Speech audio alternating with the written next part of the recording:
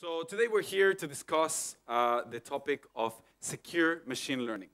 And this is automated security best practices in ML. Just a little bit about myself. My name is Alejandro Saucedo. I'm engineering director at Ceylon Technologies, a deployment and monitoring for machine learning startup based in London. I'm the chief scientist at the Institute for Ethical AI, which is a UK-based research center that focuses on developing frameworks for the responsible development, design, deployment, operation of machine learning systems, and I'm governing council member at large at the ACM. Just as a bit of a reminder, the resources for this talk are going to be in this repo, including the slides. So the repo is ethicalml/FML security, stands for Flawed Machine Learning Security. There was a lot of work exploring the acronym. So please do give it a star, and also if there's anything missing, do feel free to add anything relevant.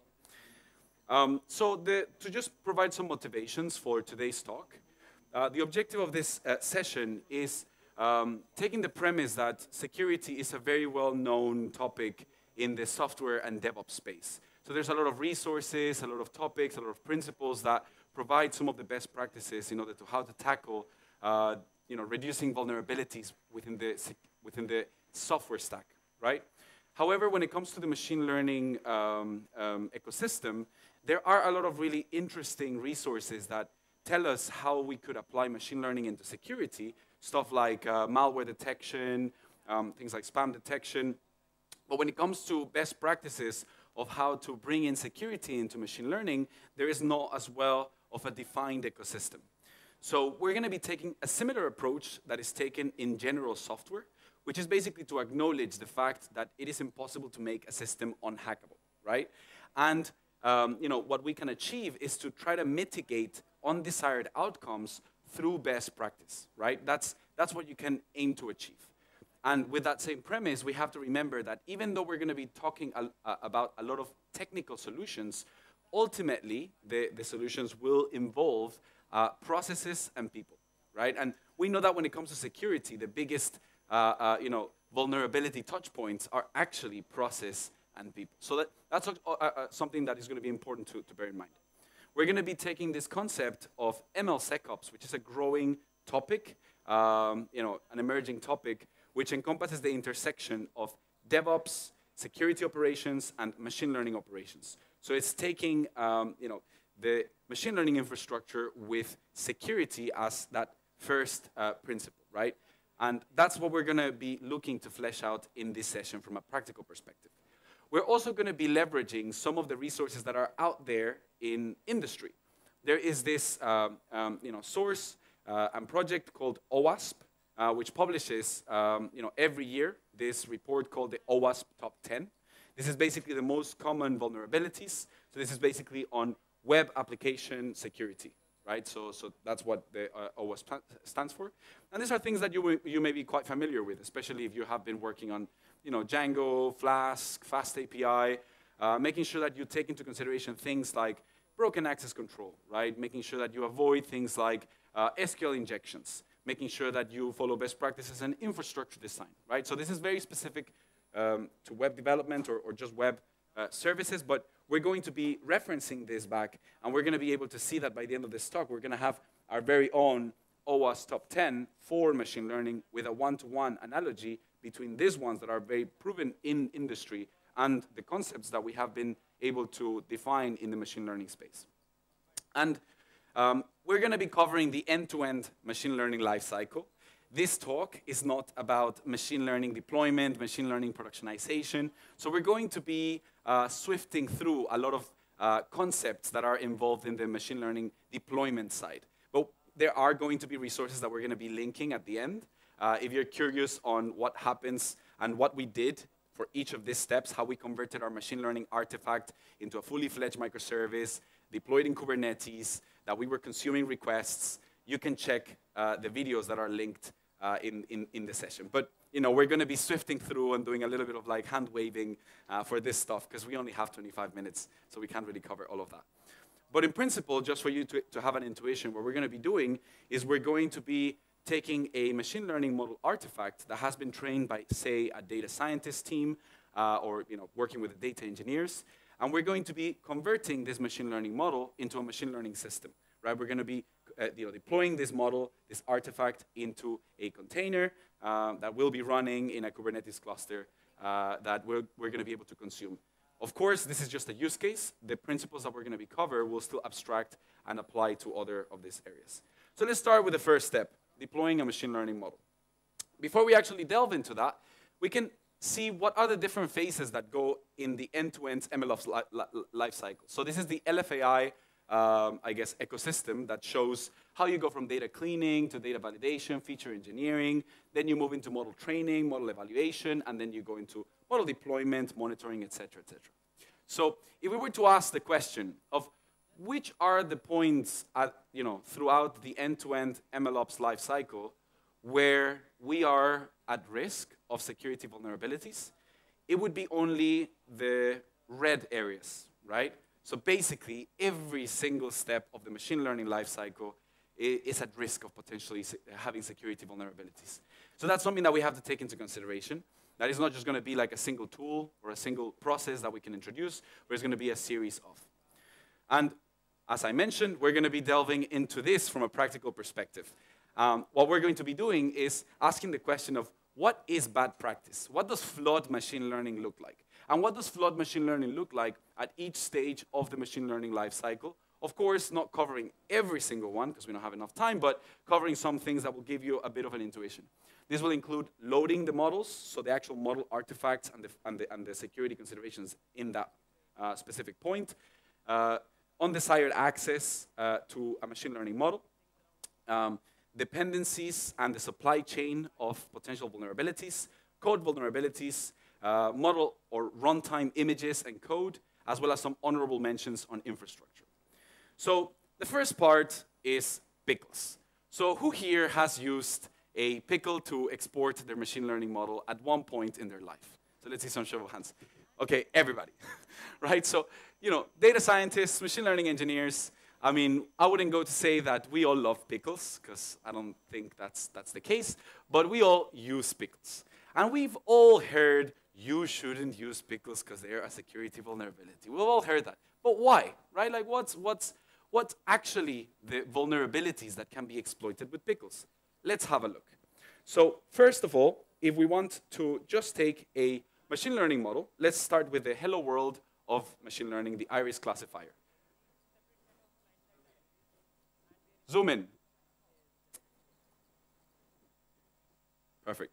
So let's start with the hello world of machine learning, the iris classifier. So if we take basically the iris data set and just take a logistic regression model, train it with that data set, basically now we have a trained model locally, which we can run prediction against. We can then put that model into a Google bucket, right? That's how we are going to be able to put it in our production environment, in our container. That's how it's going to be downloaded. If we actually have a look at what's inside of that pickle, we can see that in the pickle, even though it's a lot of gibberish, we can see there are some things we can understand. This is telling that it needs the module from scikit-learn on the logistic submodule. It wants to use the logistic regression class, and it wants to initialize it with this input. Right, so that's basically what we can see from our specific model. So we can now upload it into our bucket and now deploy it, which in this case will be with our Seldon Core component, which again, hand wavy, but you can delve into this, you can try it yourself.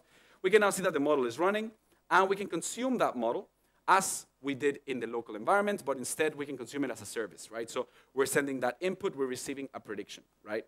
So in this case, the prediction is a one-hot vector, or probabilities, and it says that this is the class number 2, right? But now if we want to ask the question of, well, what happens when we try to find the exploits of that pickle? We can first try by just loading that pickle. We can try running a prediction. It still works, right, as we expect. But now what if we actually meddle with the functions that Python uses to be able to know what's inside of a pickle and how to read a pickle? That is actually this function called the reduce function. Here we're going to be replacing it. Instead of saying, hey, you need to use this logistic regression module with this logistic regression class, we're going to basically say, no, you actually want to use the os.system module, and we want to just pass this base64 encoded string, which basically is just a command that runs env, so it copies all of the Kubernetes secrets, well, in this case, all of the environment parameters into a pond.txt file, right? So that's all it does. But you can see that here you can run anything. You can send an email. You can, like, you know, kubectl get secrets, et cetera, right? So we inject that specific, we put that function. We inject that specific function into our class. And then when we actually dump it and we look at the pickle, we can see that here, because it was base64, we can see that the env, you know, to pond.txt is there, right? So that's actually what we now have in our pickle. So it's now a poisoned pickle. Let's call it poisoned pickles, right? That's a new term of security vulnerabilities in machine learning. We deploy our unsafe model in this case, and when we actually look inside of the pod, we can see that that pond.txt was created, right? So it actually ran, it actually is being served, but when we look inside of the container, we see that that code was actually executed. We can reproduce it locally. If we actually load our unsafe model, we can see that that file got created locally, right? So in a simple sort of like, you know, set of code executions, we were able to see some of the challenges of access to the model artifact. Now, the challenge is actually a lot of the machine learning libraries that are popular in the machine learning space use pickles, right? This is not just scikit-learn's joblib framework, but also some of the, I guess, more popular deep learning frameworks like PyTorch or even TensorFlow or Keras would use pickle in some stage of their sort of load and unload of models. And the question here is, well, should we create some sort of like, scanning, tooling that would allow us to actually just like open up the pickles and see if there is any malicious code? Well, the actual answer is something that we can infer from other, subfields of software, which is basically no, right? When it comes to loading arbitrary code, being a pickle or be it a repo or a Docker image, it is very much a trust or discard mechanism, right?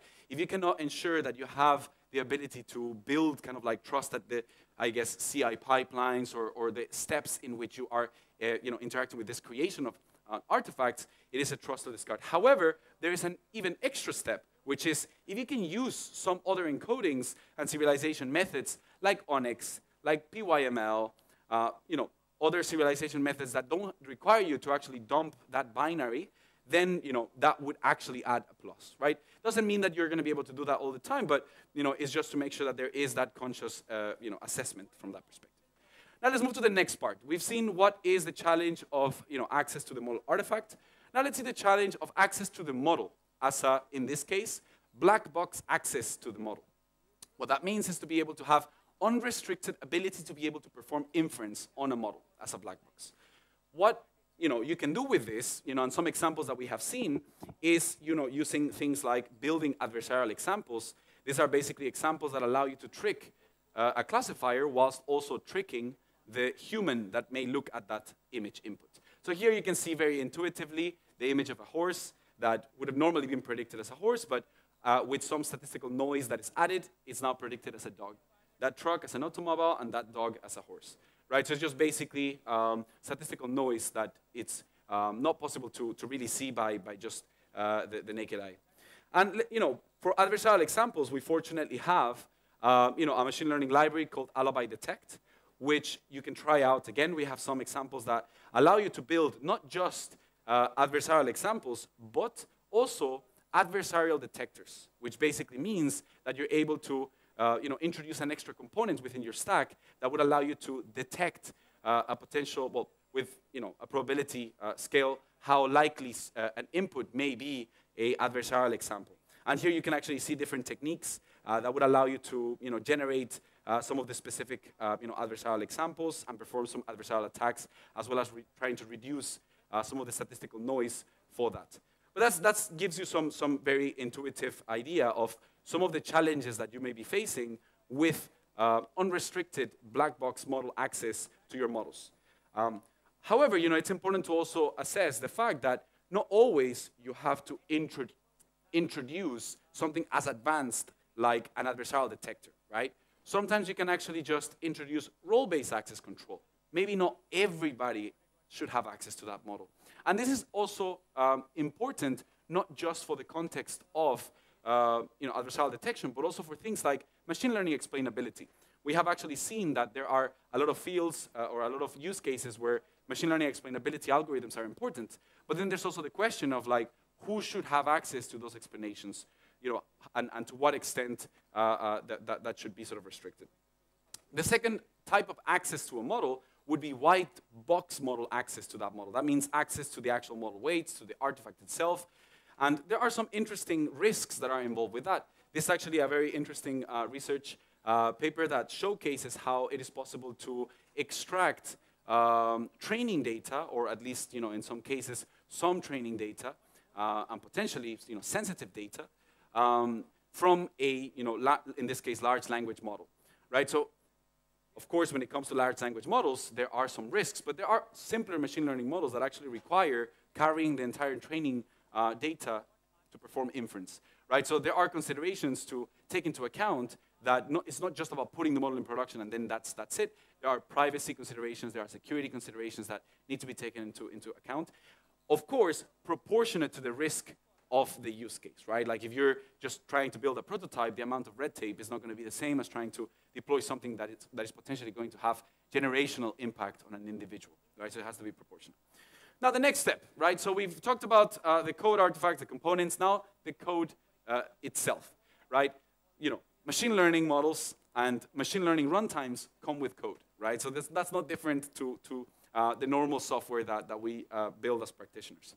And the challenge of this is that there are you know, cases where we have found vulnerabilities introduced by some of the, you know, I guess, suboptimal practices in you know, code paths within libraries. I mean, I don't know if some of you may have been affected. I know that, you know, I do remember when the PyYAML, you know, from unsafe came in, and everybody was kind of like, you know, panicking, trying to, well, first get on the back of the, you know, PyYAML repository, and then once it got upgraded, actually like propagated upstream within the dependencies. But, you know, it's important to make sure that where possible, you know, machine learning runtimes mitigate those risks.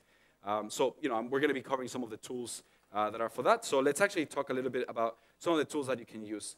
Fortunately, there are, you know, some, I guess, closed source tools that things like GitHub provide you, which are kind of like automated within your pipelines. But you can also use tools like, you know, Bandit, which allow you to actually perform some common scans within your code base and point out some high, medium, and low potential, you know, severities of vulnerabilities that are involved. And we're going to talk a little bit about more in practice of what you can do to actually take it forward.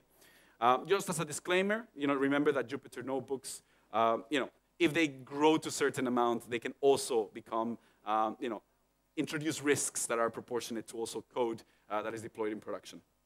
Now, the next point is on dependencies, right?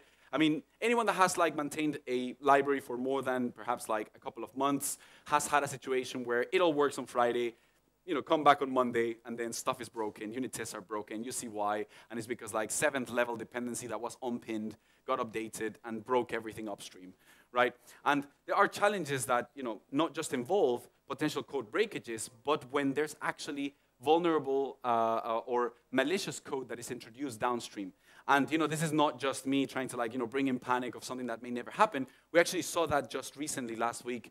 There was a, you know, very popular Python library that actually got hijacked, and there was a malicious code that, you know, was injected. It was about, I think, like, downloading and sending AWS secrets to, like, I guess, a malicious source. So it's very important that we take the concept of supply chain security very seriously, because the general software world is taking it already very seriously.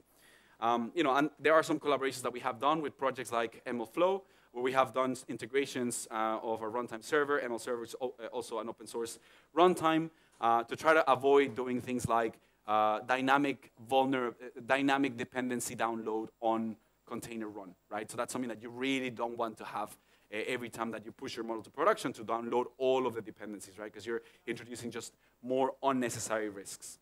Now, let's move into that example vulnerability scans. So there are some really interesting you know, ways of visualizing this.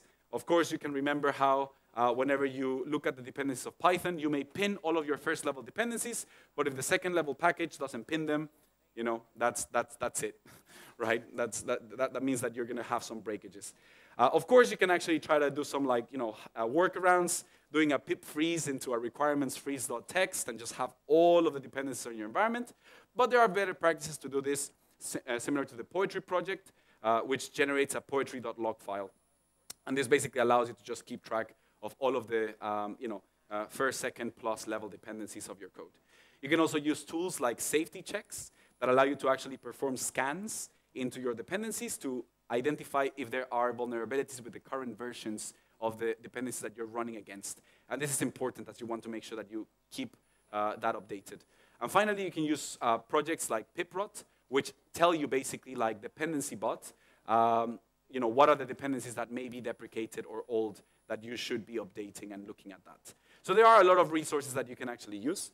And it is similar when it comes to actually building your components, right? Whenever you actually build your images, you have some value and benefits of ensuring that you have everything kind of like frozen into a single sort of like, artifact. But at the same time, it's important that you also perform security scans. And there are great libraries like Trivy that allow you to do all of those.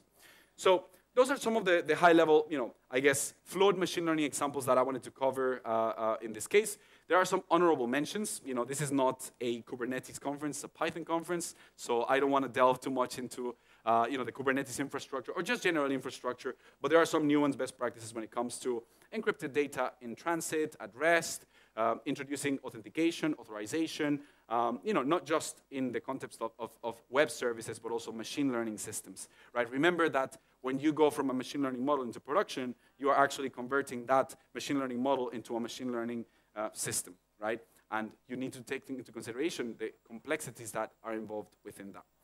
So if we actually look at the Owasp top 10 vulnerabilities that we introduced at the beginning of the talk, we actually covered a equivalent top 10 for machine learning. So this could be like our OMLSP equivalent or our OpenFML equivalent, or however you want to call it. But here you can see that for broken access control, we talked about black box access to model endpoints, cryptographic failure, access to the white box model access to the models, injection, artifact exploits, insecure design, that's at the infrastructure level, security misconfigurations, again, at the configuration of the infrastructure, et cetera, et cetera. Now, I wanted to make sure that we cover this session, and I don't just be like I don't just come here and say like everything is terrible, everything is insecure. Thank you very much, bye. But instead to actually say, okay, well, let's collaborate on a way to define how to actually tackle this as best practices. And we've created what is a base template that would allow you to actually perform some of those things. And this is basically a cookie cutter template. It's just basically an interactive way of creating your base project for machine learning engineers. So this is not specifically for data scientists, but it's for the machine learning engineers that are going to be creating those automation pipelines that are going to create, package, and deploy the models. This basically creates a project with the specific parameters like a project name, the author, etc. And it gives you some base things to work with, like a poetry configuration for that runtime. It would use a runtime server, ML server, which basically runs on fast API. It allows you to actually test with some local artifacts, which basically you can run as a service, and with all of the utilities to be able to interact with it, right? Like send requests, but also perform code scans, perform dependency scans, perform local, old dependencies. So you can actually check it out. You can see all of the features that are currently in place, but also some of the upcoming features that we're looking to put. So also the deployment, productionization, and hardening. And so just as a kind of like reminder, today we covered some intuition of the MLOps lifecycle, right? How practitioners convert training data into artifacts, then how automation pipelines can deploy those artifacts into services, how you can add some things like adversarial detectors, as well as infrastructure configurations, so that you make sure that in your end-to-end lifecycle of your machine learning pipelines, you provide the best practices through human and touch points that align with what is required. And also take into consideration the different personas, right? The data scientists that create the artifacts, the machine learning engineers that create the pipelines, and the DevOps engineers that actually handle and manage the entire infrastructure. So as I mentioned, there's a lot of resources that we kind of like swift through, but if you're interested, there are 1-hour talks on CI/CD for production machine learning, production monitoring patterns, of accelerating ML, et cetera, et cetera. And the resources for the talk, you can find them in the ethical ML/FML security repo. With that, thank you everybody for your time, and I look forward to continue exploring this topic further. Thank you very much.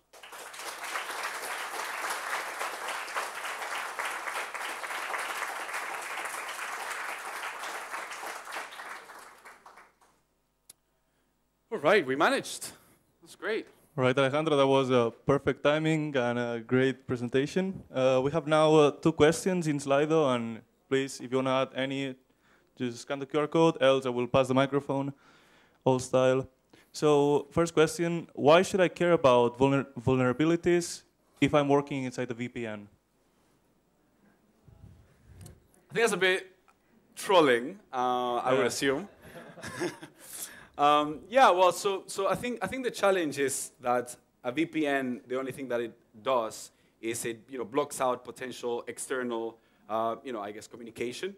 But there are extra nuanced questions that need to be coming into that, right? The first question that comes to my mind is, I mean, if you're going to run an installation of your Python dependencies, they have to be fetched from somewhere, right? At some point. Unless you have 0 dependencies and you wrote every single possible, I guess, nuance, and you're doing machine learning, I don't know, with I don't know, C++ or Fortran, and you just literally built everything. I expect that you download some dependencies at some point. So you will already be exposed at some stage of the MLOps pipeline, be it at the stage where you're actually downloading those dependencies for your runtime, at the stage that you're building the images, at the stage that you're even fetching the data, and then also the challenges that may be involved in suboptimal best practices within your organization. Having a VPN doesn't mean that perhaps someone didn't just bring a USB. I mean, I don't know. I don't want to be also like super paranoid on those things. I would say more about like just dependency scanning, the more reasonable areas, right? It's like you're going to download those dependencies. You still need to, at least at some point, be able to scan for potential vulnerabilities and suboptimal code paths. So yeah, that would be, I guess, an initial thought for that. Yeah. All right, then next question, we have differential privacy can be used to mitigate model inversion attacks, but it could decrease the accuracy of the model. What's your opinion on differential privacy? Do you know alternatives to avoid model inversion attacks? Right. Okay. Well, so I mean, I think when it comes to differential privacy, again, like the field contains a lot of areas where it's kind of like in the exploration, right? There's things like homomorphic encryption, right? The ability to be able to make sure that you send all the data and you perform inference on encrypted data that doesn't expose anything, right? But when it comes to techniques, this is one of the reasons why I wanted to emphasize so much that it really isn't about the tools. It really isn't about the algorithms. It really is about the use case, the relevance for the risks that are involved throughout the different touch points of that particular project or system, right? And again, the relevance of things like privacy-preserving ML, there could be situations that no doubt there would be value for those, but at the same time, similar to the example that we covered on adversarial detection, most cases you can avoid some of those risks with role-based access control, right? And it's similar when it comes to access to data, restricted access to both the models, the artifacts, the endpoints, the I guess training pipelines, et cetera, et cetera. So yeah, I mean, I would emphasize that at least at this stage, we are still trying to figure out the rules of the playing field. It is more about what are the high-level areas, the tools come second. But absolutely, there's definitely a lot of relevance for privacy-preserving ML at a lot of the stages of the MLOps lifecycle. And I would be super interested to find if there are some that could be introduced in some of these templates that we are creating. So yeah, that would be some thoughts on that. All right, we have time for one last quick question. It's the gossipy one. What do you use to save models? Which libraries do you use for exporting and saving models? Yeah, so we use Onyx, particularly because it introduces a lot of optimizations. You can perform like quantization of your models, as well as being able to run them in like optimized runtimes like Triton. So right now I showed how to deploy a Python model in a Python runtime, but with this ecosystem you can also deploy on a Triton runtime, or on a TF serving runtime, or on a torch serve runtime. So I mean, again, it really depends on what, but yeah, I mean, I would recommend checking out Onyx. There is a lot of value that you get from that. And even though it's a little bit, I guess, rough around the edges when it comes to like getting started with some of those tools, once you actually build some pipelines that perform this in an automated way, you have much more robust ways of using this safer exporting mechanisms. All right, there's no more time for questions. If you have anything else, maybe you can catch him outside. That was Alejandro on Machine Learning Security.